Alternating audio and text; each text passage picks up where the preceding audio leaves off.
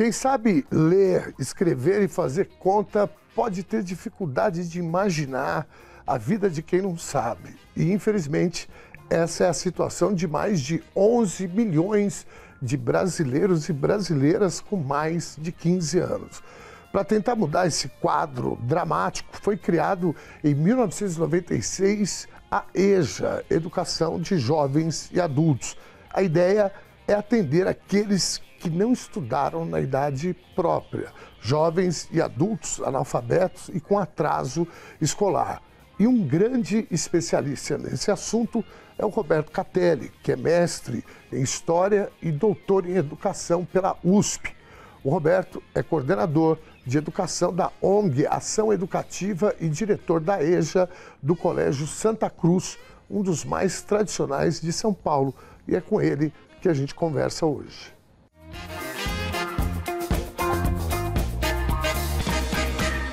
Conversa sem curva, hoje nosso tema é sobre educação. Lembrando a você que nós estamos aqui todas as terças, às 9 da noite. Roberto Catelli, muito prazer em recebê-lo no Conversa Sem Curva. Muito prazer, Ernesto, um prazer estar aqui com vocês. Bom, você já viu que o nome do programa é Conversa Sem Curva? Eu vou começar com uma pergunta sem curva. Muito bem. É vocação a tua? Porque, olha, trabalhar com educação, a gente falava aqui ainda em off, né? Muito tempo trabalhando e etc. Se fala muito em vocação na área da educação. É o teu caso? Olha, eu acho que eu acredito não muito na vocação, né? Essa história de vocação, às vezes, ela é um pouco perigosa, que é como se você pudesse dizer assim, ó, não precisa nem salário, remuneração, basta a vontade, né? Tem aquele velho ditado das pessoas que perguntam, você trabalha ou só dá aula, né?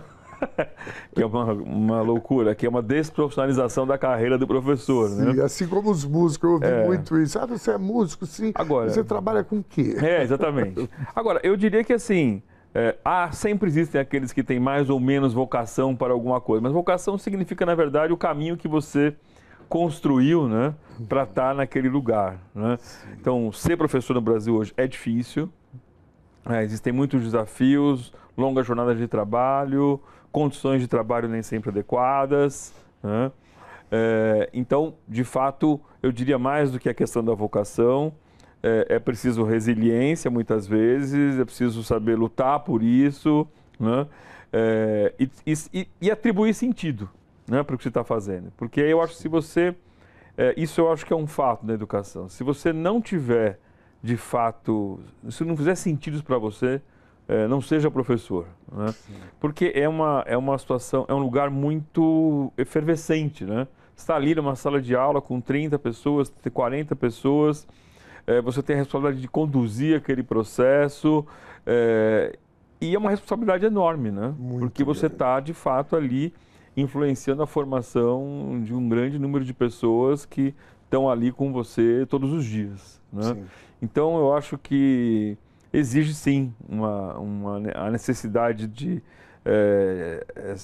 ter muito claro de por que eu estou naquele lugar. Muito bem. Você é de família, não? Essa questão da educação? Você herdou isso? Não. Eu sou o primeiro da minha família de nível superior.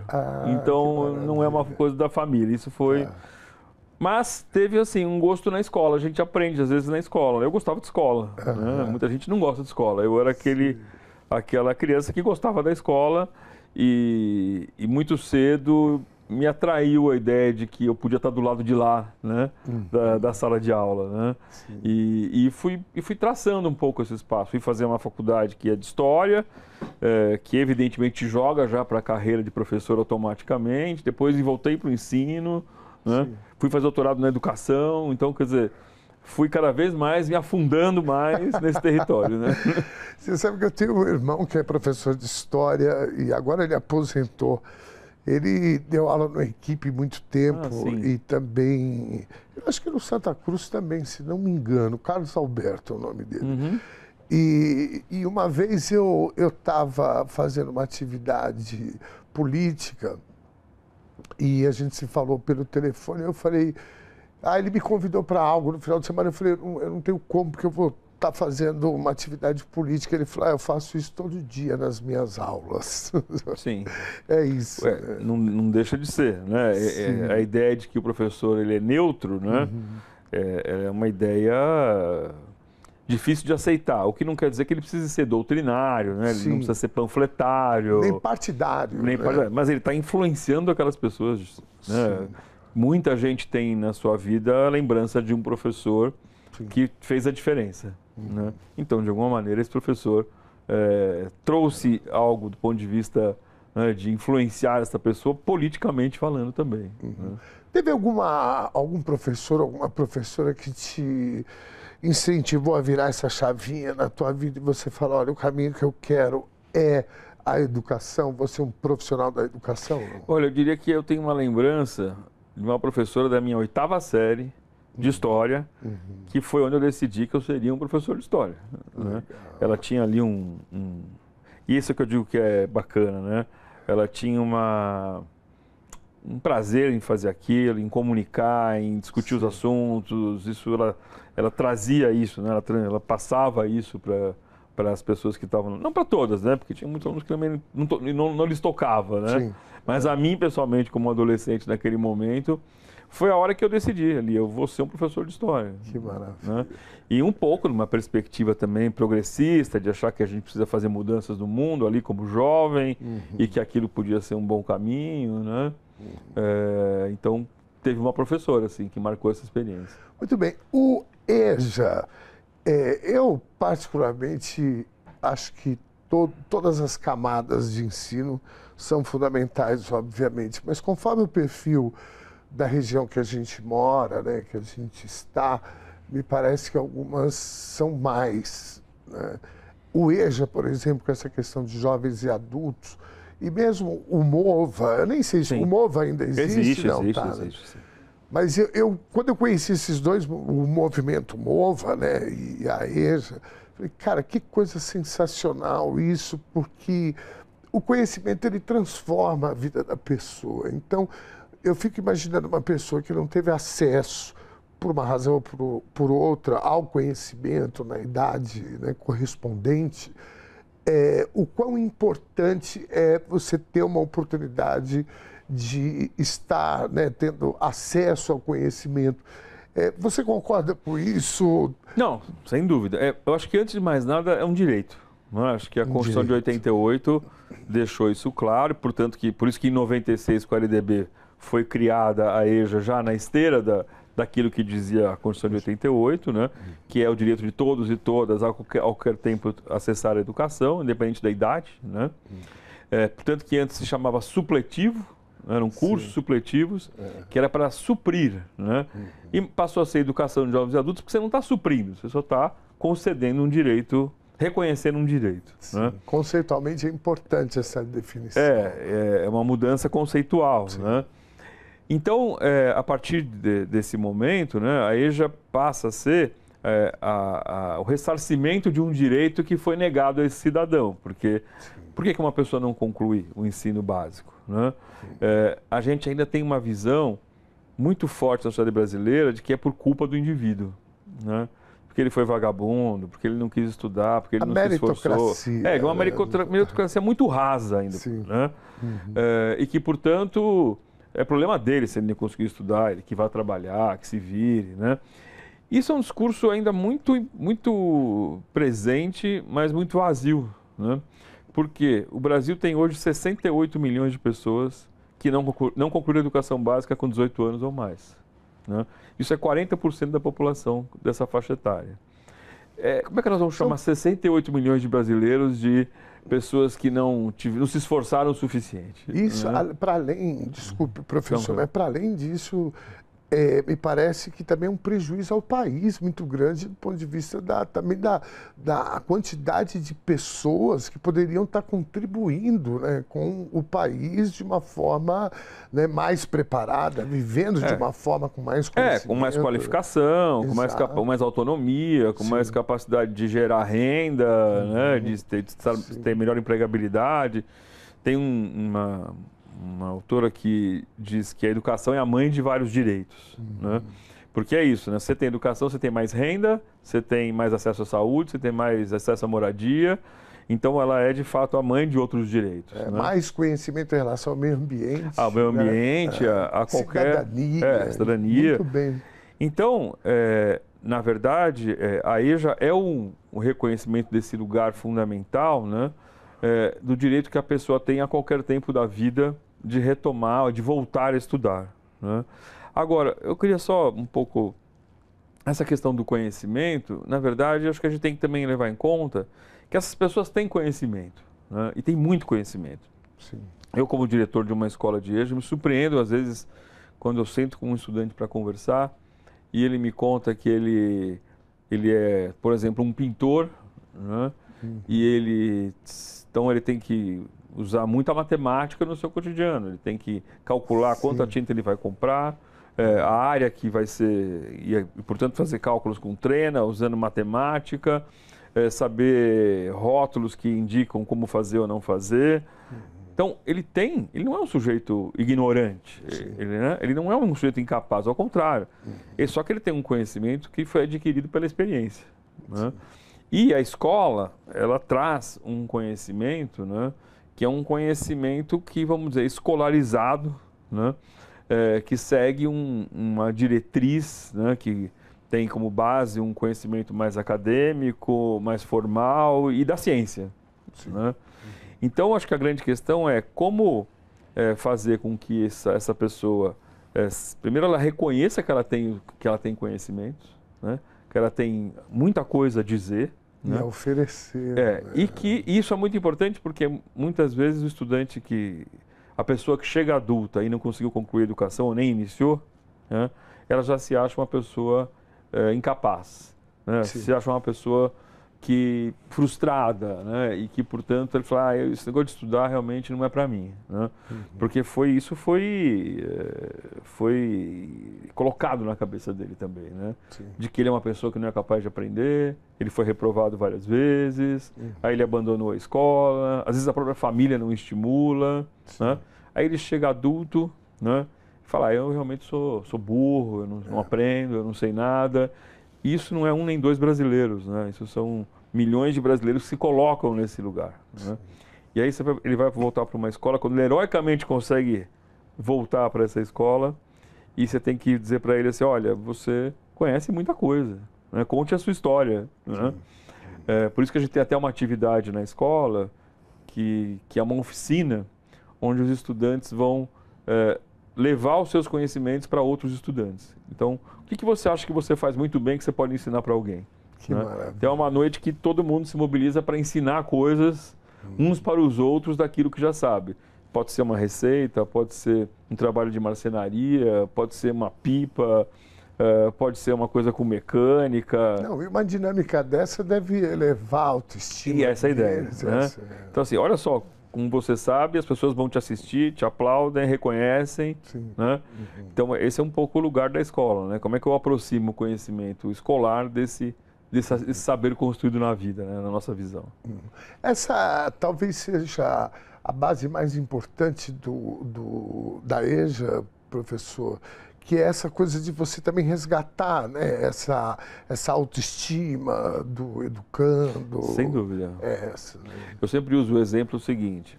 Para mim, um estudante da EJA, aquele que hoje consegue voltar a EJA, porque dos 68 milhões de brasileiros que não têm educação básica, somente 2,9 milhões hoje estão na escola. Quer dizer, que é mais ou menos 3%. Né? É uma coisa muito pequena. Né? São muito poucos que fazem esse movimento de retomar. Né? E aí acho que vale a pena discutir por quê, né? É uma grande questão essa que está colocada até para o próprio governo federal hoje, quer dizer, que é um pouco... Né? Qual o caminho, né? Qual o caminho, professor? Bom, posso... Bom, nada melhor do que ouvir quem está lá na ponta. Eu digo que eu vejo que... primeiro assim, vamos dizer que é difícil mesmo. Né? Quantos de nós se habilitam a trabalhar 8, 10 horas por dia, morar numa cidade grande e ter que encarar o transporte, que é mais de 1 hora para qualquer cidadão, ter filhos, ter uma casa para gerenciar, Normalmente escala 6x1, né? Trabalha 6 dias, folga trabalha só no domingo. Fora o bico do domingo, às vezes. Né? Exato, exato. E aí, quantas pessoas, então, se sujeitam a despender o seu tempo para uma situação para estudar? Sim. Acho que isso já é um limitador. Especialmente aí qual é o problema? Nós temos um modelo de escola, ainda na EJA, na maior parte dos casos, que a gente tem cursos de 4 horas por noite, 5 dias por semana. Né? Como é que eu vou gastar 20 horas da minha semana, sair 11 horas da escola, sendo que a maior parte das pessoas acordam com muita sorte às 5 horas da manhã para começar a sua rotina? Sim. Então ela vai chegar em casa meia-noite com muita sorte, às vezes vai fazer comida do filho para o dia seguinte, né? Enfim, é uma loucura. São pessoas assim, eu digo, meus estudantes ali, eu considero eles heróis. E a gente tem um horário reduzido, a gente faz 7h20, 10h15. 7h15, 10h15. A gente acha que é um limite do que essa pessoa pode suportar, né, numa noite. Então, assim, tem um problema que é os modelos de escola que a gente tem hoje, né, me parece muito pouco convidativos, seja pelos horários, seja pelos currículos. Né? Porque também essa é uma outra pergunta, o que esse cara vai aprender quando adulto? Sim. Não pode ser o mesmo que uma criança aprende. O que vai fazer diferença na vida dele? O que vai jogar ele para frente? Eu acho que essa é uma reflexão que as escolas têm que fazer. Né? E, para além de tudo isso, também falta formação de professores específicos para essa modalidade. Né? A gente não tem, as universidades em geral não têm curso sequer que falem de educação de jovens e adultos na pedagogia ou em outros cursos, né? Nas licenciaturas. Então, eu digo que ainda é uma modalidade muito marginal. Né? E com muito pouco interesse de secretários de educação e governadores, especialmente das redes estaduais. Sim. Hoje mesmo tem uma matéria dando um dado que eu já conhecia bastante, que 1 em cada 5 municípios brasileiros não tem EJA. Né? 1 em cada 5? Então, assim, 1.000 e tantos municípios não tem. Né? Sim. E se olhar só a rede municipal, são mais de 2.000 que não tem. Professor, eu vou ter que pedir licença, nós vamos para o nosso intervalo, mas eu queria depois destrinchar um pouco melhor esses 3 caminhos aí, né, que dificultam esse trabalho, para ver se a gente consegue refletir junto com quem está nos assistindo aqui. Muito bom. Opções para isso. A gente volta já, pode ser? Sai daí não, a gente está de volta já.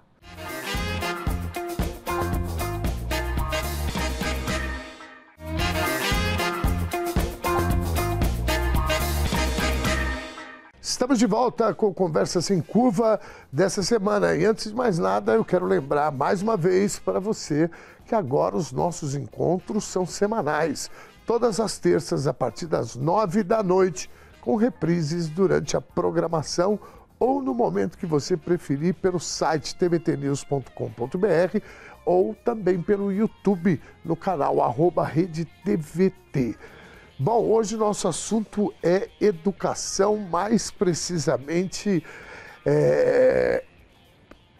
esses jovens e adultos. Eu queria te fazer uma pergunta, professor Roberto, antes que me escape aqui de novo. São só jovens de qual faixa etária e adultos sem limite? No ensino fundamental, a partir de 15 anos, a legislação permite, acabou de ser aprovada uma nova diretriz. E ensino médio, 18 anos. 18. Tá. Idade mínima, né? Idade mínima. Máximo não tem, cara.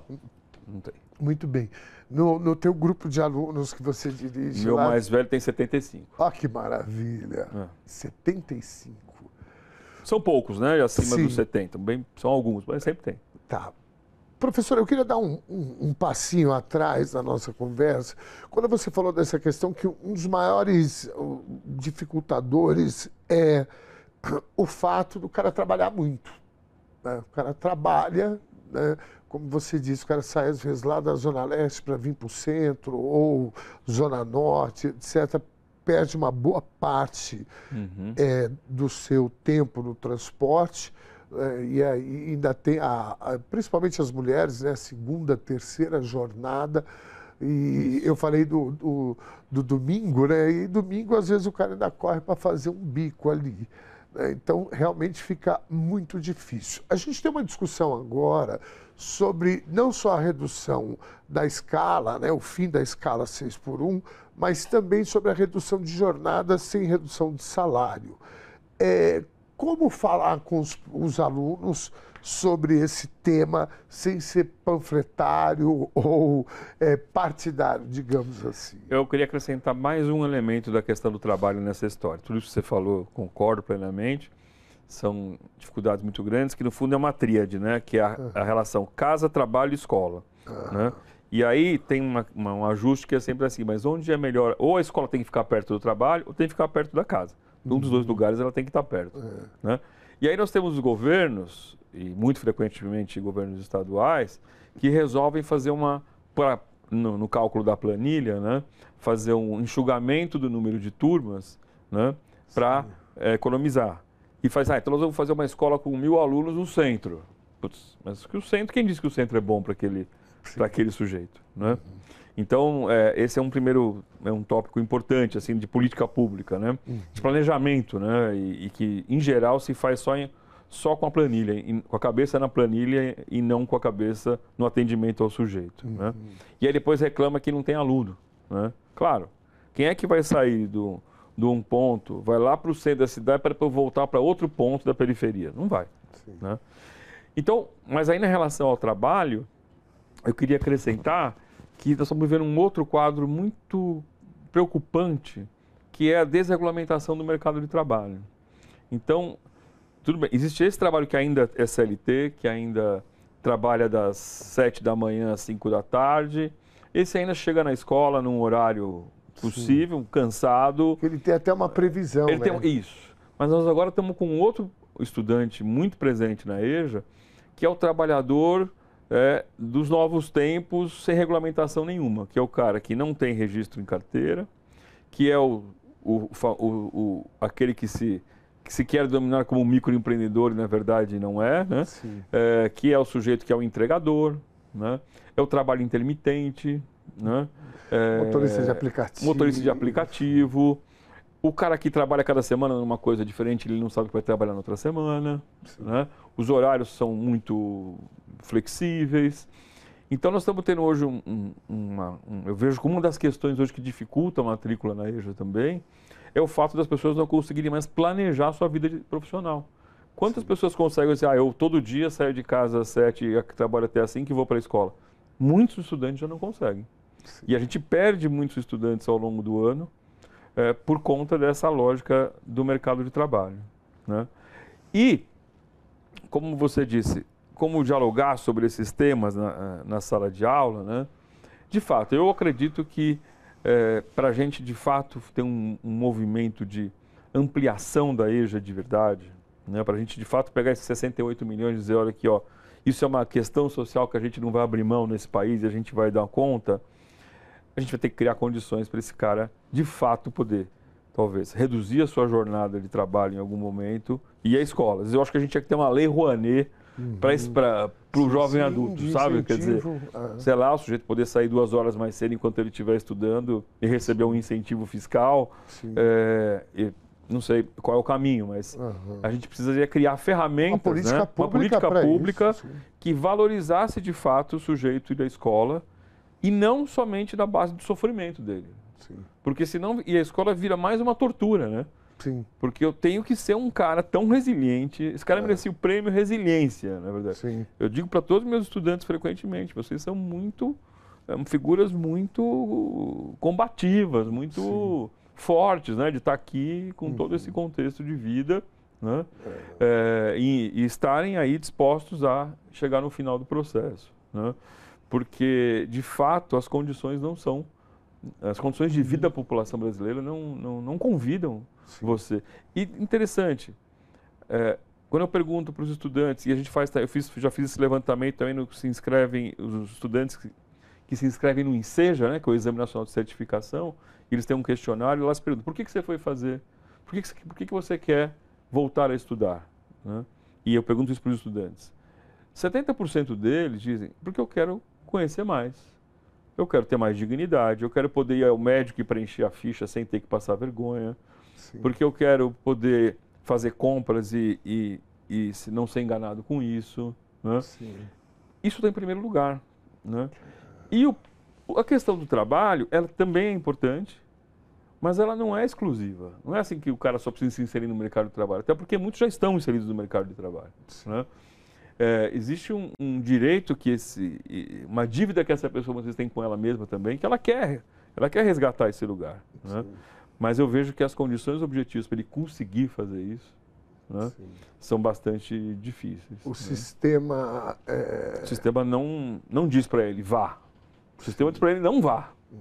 E eu acho que isso está sempre ligado a esses interesses, sabe, professor? Porque a gente estava falando, enquanto você falava aqui, eu ficava imaginando, né? Porque é tão importante para esses alunos o fim da escala 6x1, porque eu estou falando da escala 6x1 que impacta nisso. Que foi o Dia do Trabalhador agora, e a gente falou muito sobre isso aqui na TVT, e é uma coisa que eu estou refletindo muito, falando, gente, o quão importante é. E isso tinha me escapado, né, que é o fato do trabalhador poder se capacitar. Sim. Né, porque quando eu dou muito esse exemplo, eu já até trabalhei nessa escala, né, de segunda a sábado, que você trabalha que nem um doido, no domingo você está morto. Então você vai ter um abalo na relação com teus filhos, com a tua companheira ou companheiro. Teu emocional. Né, no teu emocional. A gente, inclusive, recebemos convidados aqui que fizeram esse link entre essa carga horária com, né, a quantidade de pessoas que estão, né, com o emocional abalado, com a saúde mental abalada. E nesse caso da capacitação, que não necessariamente precisa ser a capacitação profissional, mas a capacitação pessoal, né? Como você falou, o cara assim, ele está empregado, não é nem essa a questão, né? Para além disso, ele quer exercer a sua cidadania de forma mais plena.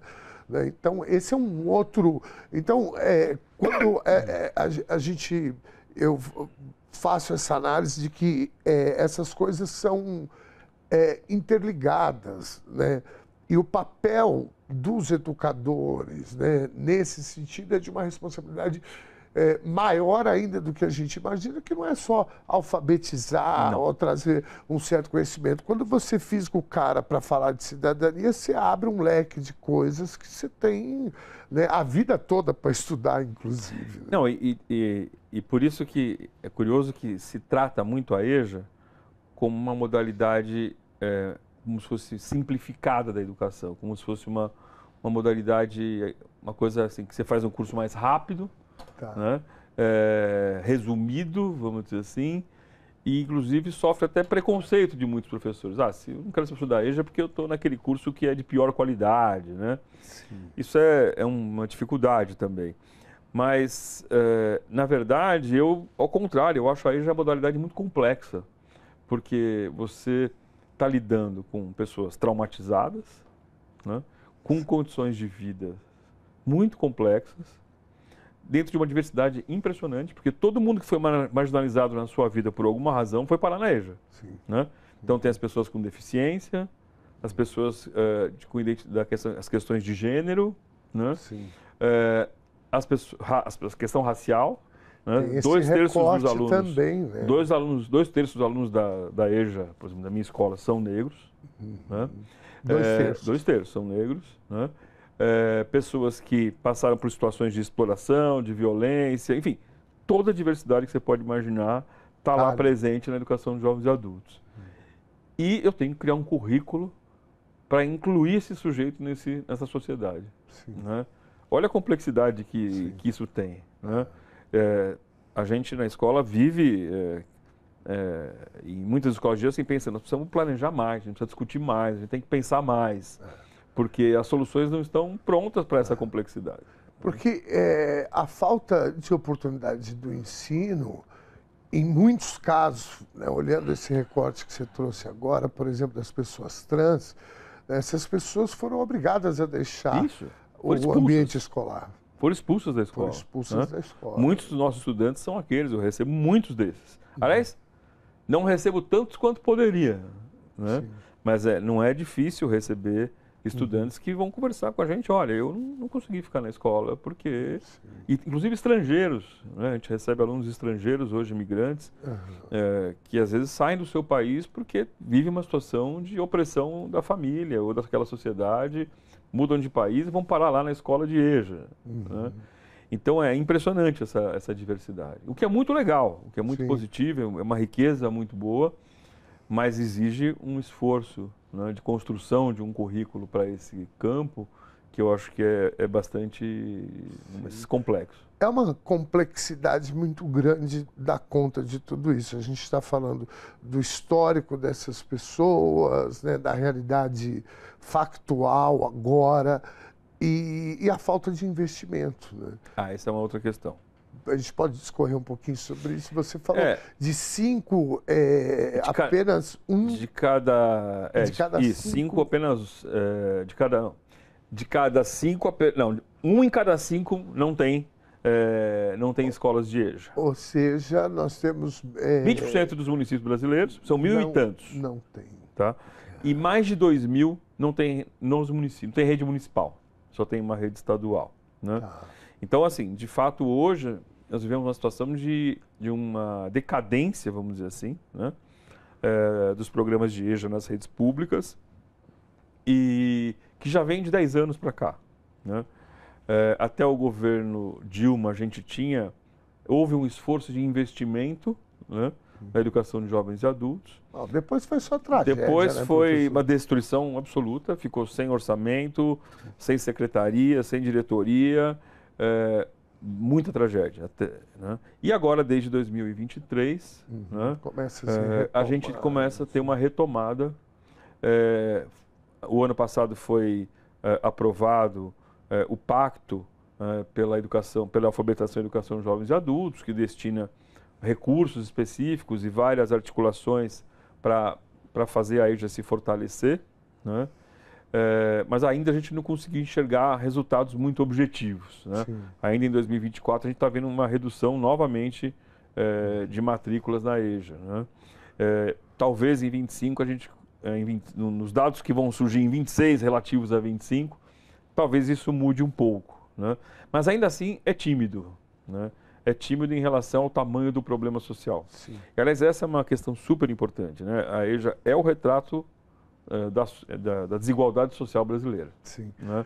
Ela é consequência da desigualdade social brasileira, ela é espelho dessa desigualdade, né? E por isso ela é uma questão social, né? E que precisa ser encarado como uma questão social. E sendo uma questão social, diz respeito a todo o povo brasileiro, né? Exatamente.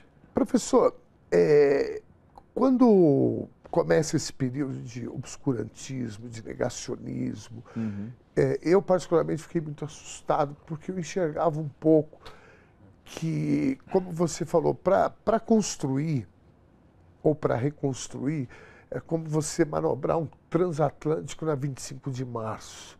Agora, para destruir é um minuto. É um minuto, né? Uma canetada que o cara dá e vem tudo abaixo. Eu até uso sempre a seguinte imagem na minha cabeça, que é assim, você vai lá, faz um muro, né? Tijolo por tijolo, né? Aquele muro que demorou tempão para você fazer. O cara vai lá, pega uma marreta e destrói aquele muro em minutos. Né?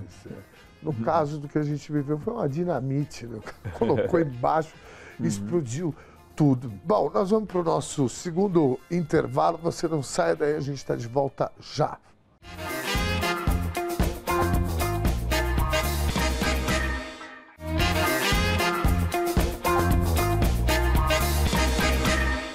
Estamos de volta com o Conversa Sem Curva de hoje, que tem a honra de receber o Roberto Cateri, que é diretor da EJA, do Colégio Santa Cruz, um dos mais tradicionais de São Paulo.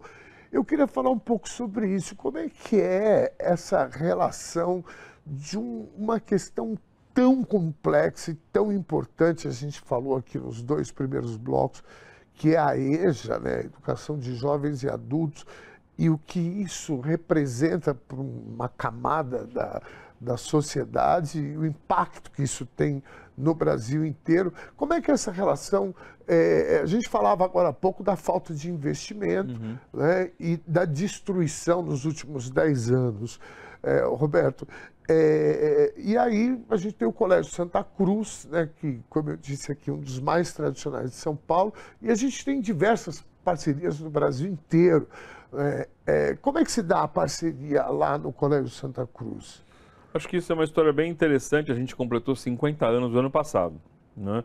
Então é interessante, tem uma vanguarda nisso, porque a escola foi fundada em 74, né? Num momento em que ainda se falava em cursos supletivos, que não eram cursos como a EJA, né? Que são uma política pública institucionalizada da mesma forma, eram cursos que buscavam acelerar, né, uma educação para o trabalhador. E o diretor, os fundadores da escola são um grupo de padres canadenses, né, a congregação de Santa Cruz, e muito progressistas na sua compreensão, né, na visão de mundo que tinham do qual era a missão deles aqui, né?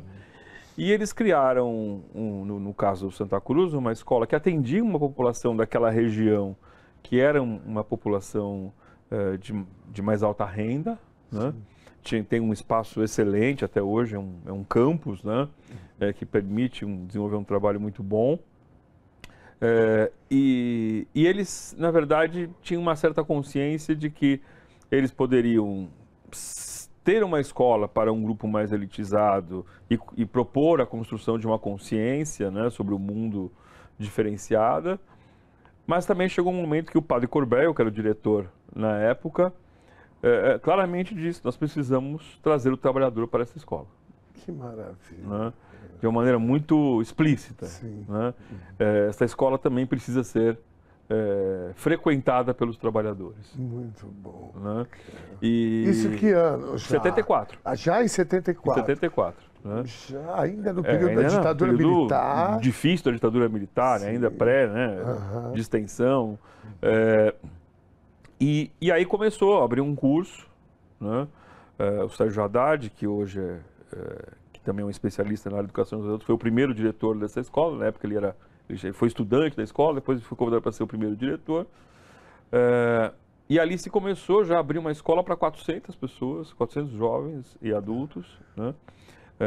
A gente fez uma pequena publicação até com essa história. Nessa perspectiva, muito na época focado na educação popular também, né? De trazer uma possibilidade de transformação desses sujeitos por meio da educação. Sim. Né? E a escola, desde o início, oferecia boas condições para esses estudantes, porque existem algumas situações que algumas escolas oferecem cursos desse tipo, mas meio segregados, né? Você coloca esse grupo num canto ali da escola. Não. Lá sempre a escola foi aberta aos estudantes. Né? E essa troca, me corrija se eu estiver equivocado, ela é tão importante, né? Para ambos os lados, né? Sem dúvida. Essa convivência é importante demais. Porque você foge dos espaços segregados, né? Sim. E isso é altamente um grande aprendizado, né? Para a vida de todos, né? Para vencer barreiras, preconceitos, né? Então a escola tem esse momento. Ela é uma escola que, a partir das 5 da tarde, eles começam a chegar, eles estão pessoas que trabalham, etc. e tal. A escola vai mudando de cor, né? Mudando de cara, mudando a paisagem da escola se transforma, né? Mas estão todos convivendo ali naquele espaço. Né? E desde então o curso se manteve nesses 50 anos, sempre nessa perspectiva, né? De oferecer uma possibilidade para esses jovens e adultos de baixa renda, né? Trabalhadores, né? De buscar algum tipo de transformação pela educação. A contrapartida é a isenção fiscal. Sim, sim, essa é a contrapartida. É uma política pública. Em última instância acaba sendo. Sim, faz parte de uma política pública. A opção do colégio, né, e o histórico depõe, né, vocês têm, obviamente que sim, mas não me custa nada perguntar, vocês têm noção da quantidade de transformação que vocês fizeram dessas pessoas? Olha, vocês têm registro, como nós temos, eu sei te experiências, porque é muito rico isso. Eu sei te dizer que nós tivemos cerca de 15 mil pessoas que passaram pelo curso nesses 50 anos. Né? Dessas 15 mil, cerca de metade disso chegaram a ter o diploma de ensino médio e se formaram na escola. Né? E a gente tem notícias aqui e ali de pessoas que, de fato, foram fazer outras coisas das suas vidas. Mas a gente tem uma notícia boa na formatura. Né? A formatura, no final, agora vai ter, no final do semestre, né? e tem até uma discussão forte que é assim, o uso da beca, né? Os alunos insistem muito que eles querem usar a beca para se formar, né? E porque isso tem um valor simbólico para pessoas que nunca imaginaram que elas pudessem chegar a concluir o ensino médio, por exemplo, né? O que ele vai ser depois disso, eu acho que sabe que é menos importante do que esse momento em que ele leva a família para a escola, vai todo mundo na noite da formatura, é uma festa para comemorar o fato de que às vezes você é o primeiro da família que concluiu o ensino médio. Sim. Né? De pessoas, às vezes da mãe, então às vezes também tem isso, a filha já mais escolarizada que vai ver a mãe se formar, né? Muito emocionante sempre esse discurso. Muitas filhas vão lá dizer, olha, minha mãe trabalhou para eu me formar e agora ela está podendo se formar. Que maravilha. Né? Então assim, isso tem um valor em si, né? Que é muito bom para a história dessa pessoa. Sim. Né? E hoje a gente oferece também um curso de educação profissional. Né? Então, uma parte desses alunos que se formam no ensino médio, eles continuam na escola por mais 2 anos. Né? A gente tem um curso de administração e logística, que a gente vê como uma oportunidade dele continuar estudando. E muitos ficam. Muitos ficam. E muitos acabam o curso de educação profissional e querem saber o que mais a gente pode fazer. Que legal. Né? Que é um pouco esse lugar. Que vira lugar. uma chavinha mesmo, exatamente. né? O cara cai no ambiente escolar de conhecimento. Hoje a gente faz inclusive uma coisa que é muito interessante, é que para esse grupo social também, existe uma tendência a achar que eu não posso ir para o curso superior. Então acho, por exemplo, a USP é uma universidade paga, é para rico. O Enem, eu nem sei o que é isso, porque isso aí não é para mim. Né? Então a gente já tem agora um programinha para dizer assim, olha, você pode. Aí a gente traz alunos que conseguiram entrar na universidade. Você precisa ver a emoção que é o dia que vai um aluno lá, uma pessoa também periférica, que estudou lá na escola, que foi para a EJA e entrou numa universidade de boa qualidade. Né? E os alunos falam, então, essa pessoa que é igual a mim conseguiu saber que, será que eu posso? Porque eu acho que a gente tem, eu queria até comentar isso, eu acho que tem uma questão que é vencer, né, esse lugar da desigualdade. Né? E esse lugar da desigualdade, ele é cruel, porque a desigualdade é você passar a sua vida recebendo a informação de que aquilo não foi feito para você. E pior, o sujeito já acredita nisso. Ele já acredita que não. Mesmo que ele saia desse lugar, né, da desigualdade, desse polo, né, esse lugar antagônico, mesmo que ele de alguma forma ele saia, mas esse lugar não sai dele. Não sai. Tá dentro Essa é a ideologia, o papel da ideologia altamente eficiente. Né? Quer dizer, ele mesmo reconhece que estudar para a universidade, ser bem sucedido, não é para ele. Né? Que o lugar dele é um lugar subalterno. Né? Então, o sistema ele é eficiente para fazer criar isso. algumas chaves para romper com isso, para mim, é uma das grandes funções da educação dos jovens adultos. Porque aí depois o cara vai. Né? Roberto, o Paulo Freire tinha essa visão muito, né, forte em relação da transformação via educação. E o MOVA, acho que foi criação dele. Foi assim, quando era secretário de São Paulo. E o EJA também, o EJA parece que a EJA, né, parece que já tinha um movimento lá atrás, tal, mas acho que converge um pouco com a tese do Paulo Freire. Né? O Paulo Freire ele tem um exemplo que eu gosto muito de usar, que a diferença do método de ensino do Paulo Freire é que você, por exemplo, vai ensinar o processo de industrializar, o processo de transformar, de fazer o vinho. Né? Então você vai lá e fala, olha, o processo é esse, tecnicamente é isso, pega a uva, faz isso, faz aquilo, tal. E que o Paulo Freire defendia que, ao invés não só de ensinar esse processo, mas ensinar por que aquele cidadão pisa na uva, de onde vem as terras. Quem é aquele cidadão? Quem é aquele cidadão? Qual é a história dele? Qual é a história do dono das terras? A história das terras? Aí a pergunta que eu te faço, independente do método, é que quando você trabalha com essa faixa etária, você tem que ter uma explicação também que o educando ele se sinta dentro dela. Está correto essa minha avaliação? E aí eu acho que você obrigatoriamente tem que usar esses exemplos, né? Porque eu acho que até quando você falou aqui, acho que no primeiro bloco, essa dificuldade do cara sair lá de um lugar para ir para o outro, para fazer um estudo, etc. Você também, como educador, tem que dar a resposta para ele por que isso acontece. Sim, inclusive a gente, em alguns contextos, a gente discute isso com eles, né? Eu acho que sem dúvida, acho que esse é um grande desafio da educação de jovens e adultos, quando eu disse, né, no outro bloco também, afinal de contas, qual é o currículo? O que se vai ensinar? Né? O que não se pode deixar de levar em conta nesse caso, quais são as demandas dessas pessoas? Né? Quais são as questões que de fato lhe afetam? Porque são essas questões que vão lhe fazer caminhar, vão fazer se mover. Né? E sempre também num sentido muito freiriano, que é a construção da autonomia, que é o pensar por si mesmo. Né? E pensar por si mesmo é a chave para eu buscar a transformação, tanto no nível pessoal quanto no nível social. Né? Agora, se eu não construo autonomia, e vivemos num mundo em que o risco da perda da autonomia ele é cada vez mais eminente do ponto de vista da autonomia do pensamento, da capacidade crítica, da capacidade de se autodefinir como sujeito. Né? Então, acho que a gente precisa encontrar sempre essas chaves. Né?